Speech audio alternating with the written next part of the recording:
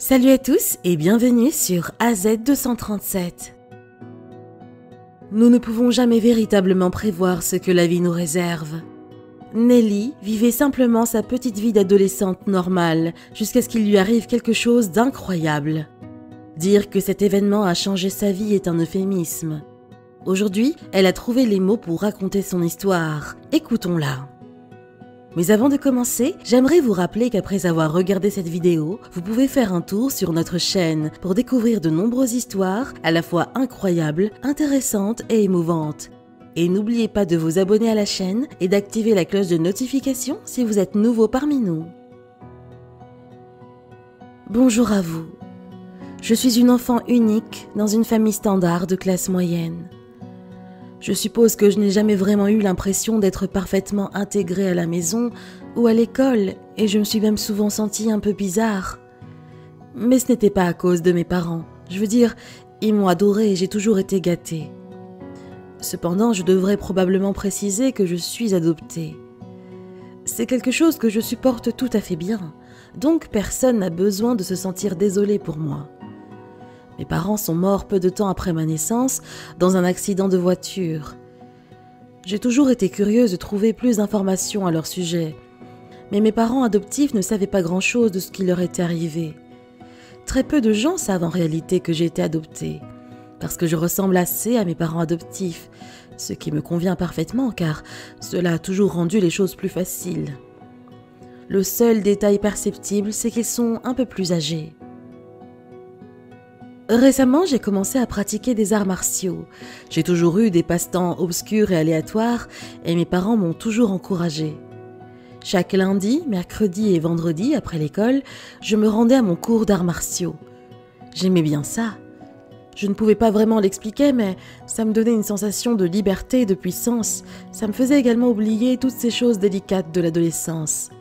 C'est pourquoi je n'ai pas autant d'amis et pourquoi je n'ai jamais eu de petite amie. Un jour, pendant mes cours, je suis allée chercher de l'eau au distributeur automatique et j'ai remarqué qu'un type plus âgé était en train de flâner. J'ai essayé d'établir un contact visuel avec lui, mais il a rapidement détourné le regard en s'éloignant. Puis je l'ai oublié, c'est ce que les arts martiaux me font. Ils m'aident à vivre le moment présent. Un autre jour, il y avait une pluie battante et j'avais oublié mon parapluie. Je courais sur le trottoir quand une voiture s'est arrêtée à côté de moi et a baissé la vitre. J'ai reconnu le chauffeur. Son visage me disait quelque chose, mais je ne savais plus où est-ce que je le connaissais. Il m'a proposé de me déposer à la maison. C'est pas comme si c'était une personne complètement inconnue. Et en plus, il semblait sympathique et j'étais toute mouillée. Alors après beaucoup d'hésitation, j'ai accepté. J'étais assise à l'arrière et il me regardait dans le rétroviseur. Il a ri et il m'a dit de ne pas m'inquiéter, qu'il n'était pas un tueur en série. Et s'il l'était... Mais ses yeux étaient honnêtement si familiers. À la maison, il me déposa en toute sécurité et me demanda si je voulais bien prendre la boîte sur le siège à côté de moi. Selon lui, c'était pour recycler et il n'avait pas le temps de le faire. Je me suis dit que c'était un peu bizarre de sa part de me le demander, mais je ne voulais pas qu'il se mette soudainement en colère contre moi, alors je l'ai fait. J'ai dit au revoir et j'ai couru à l'intérieur pour me sécher. Mes parents étaient encore au travail, j'avais donc la maison pour moi toute seule, alors j'ai décidé de jeter un coup d'œil dans la boîte avant de la mettre à recycler. À l'intérieur se trouvaient des centaines de coupures d'articles de journaux, de vieilles photos et des documents officiels. Je tombais des nues, les photos étaient toutes de moi. Il y en avait de moi bébé, enfant, et puis j'ai remarqué autre chose, une photo de moi avec un homme et une femme. Mon Dieu, cette femme me ressemblait tellement. C'était presque comme si je me regardais dans le miroir. Il devait s'agir de mes parents biologiques. Mais qui était l'homme et pourquoi m'avait-il donné cette boîte? J'étais tellement bouleversée que je suis restée assise à regarder la boîte. Aucun des articles ne mentionnait un accident de voiture et ils n'ont pas parlé de leur mort. Mes parents étaient-ils toujours en vie? Alors pourquoi avais-je été adoptée? J'ai continué à lire et il est rapidement devenu très clair que cette histoire ne se résumait pas à ce que mes parents adoptifs m'avaient laissé croire.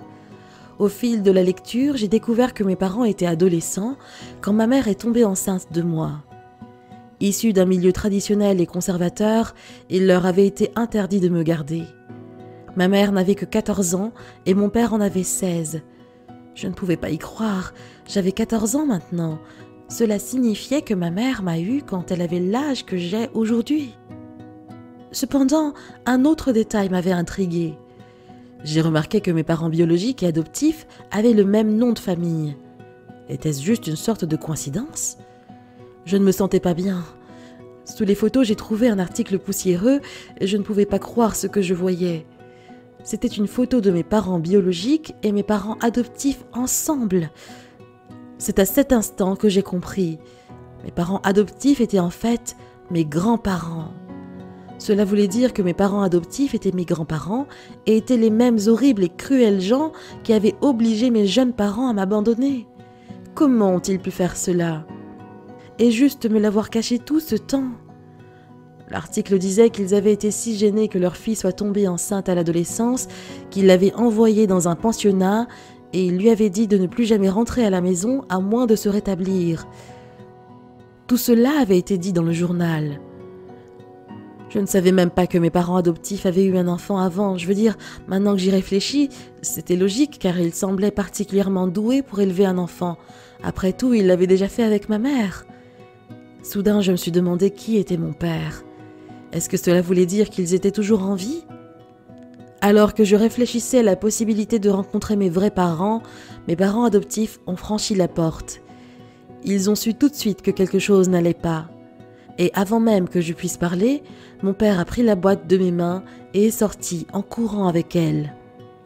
J'étais furieuse, j'ai crié à ma mère. « Je ne peux pas te croire, tu es une menteuse. Comment avez-vous pu mentir comme ça ? Tu m'as dit que ma mère était morte. Ma mère est ta fille, tu as tout foiré, tu es ma grand-mère. » Je ne pouvais pas m'empêcher de lui crier dessus.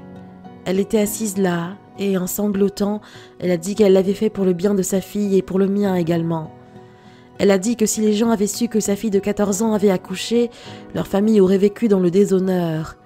Je ne me souciais pas de ce qu'elle disait. Je me sentais tellement choquée et malade de découvrir qu'elle pouvait me mentir à propos du décès de sa fille. Quel genre de psychopathes ils étaient pour simuler la mort de leur propre enfant de la sorte. Je suis allée dans ma chambre et verrouillé ma porte. Je devais m'éloigner de ces gens. Mes grands-parents, mes parents adoptifs. Je ne savais même plus comment les appeler. Mon père, ou devrais-je dire mon grand-père, est rentré plus tard ce soir-là, en état d'ébriété. Je pouvais les entendre se disputer toute la nuit. J'avais réussi à garder de la boîte une photo de mes vrais parents et de moi-même. Cet homme m'avait l'air si familier. Puis, au milieu de la nuit, je me suis soudainement réveillée et j'ai réalisé que je savais qui était l'homme sur la photo. C'était lui qui m'avait déposée à la maison. C'était lui, je le savais. Ce qui voulait dire que j'avais rencontré mon père. J'avais l'impression que mon cœur allait s'arrêter. Je devais le trouver. Je n'ai pas eu besoin de chercher longtemps, parce que le lendemain matin, il est venu frapper à notre porte. Mes parents ne voulaient pas le laisser entrer, mais je me suis frayé un chemin entre eux et j'ai ouvert la porte. Il pleurait en disant qu'il essayait de prendre contact avec moi depuis des mois.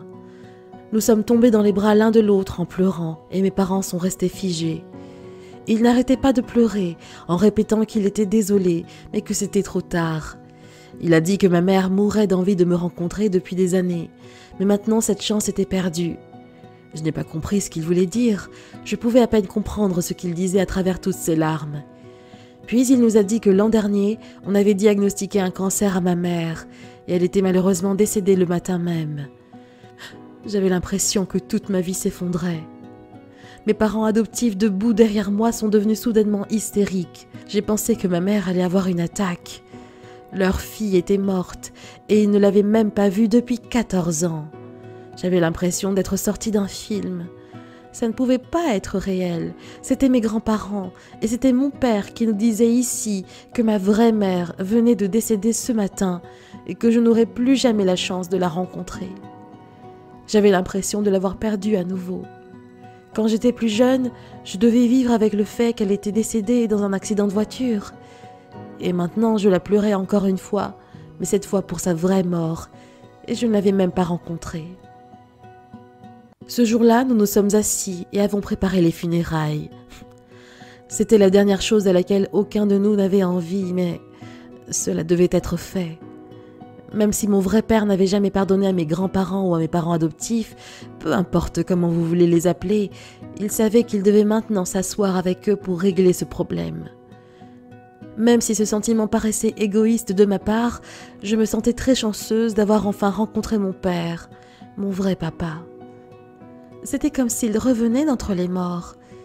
Mais aussi, ma vie a été complètement bouleversée. Je savais que je devais trouver le moyen de pardonner à mes grands-parents. Ils avaient déjà assez souffert de cette nouvelle du décès de ma mère, et je ne pensais pas qu'ils seraient capables de faire face à la situation si je les quittais. Les funérailles de ma mère ont été l'un des moments les plus surréalistes de ma vie. Imaginez-vous assister aux funérailles de votre mère, une mère que vous n'avez même jamais rencontrée. Cela m'a complètement anéantie. Ce fut le jour le plus difficile de ma vie. Finalement, j'ai complètement pardonné à mes grands-parents et j'ai commencé à fréquenter mon père plus souvent. Je ne pouvais pas croire à quel point nous étions semblables. Il aimait aussi les arts martiaux. Il semble que mes intérêts obscurs ne sont pas si obscurs après tout. Donc, même si je n'ai jamais rencontré ma mère, au moins j'ai rencontré mon père et, d'une certaine manière, je suppose que c'était une sorte de bénédiction. Maintenant, j'ai des grands-parents et un père. De penser que mes parents étaient morts, de se rendre compte qu'ils étaient tous les deux en vie depuis le début et de rencontrer l'un d'eux. Ma vie avait été pour le moins très surprenante. Quelle est votre opinion au sujet de cette histoire? Dites-le nous dans les commentaires. Si vous avez aimé cette vidéo, alors cliquez sur le bouton j'aime et partagez-la autour de vous. À très bientôt sur AZ237.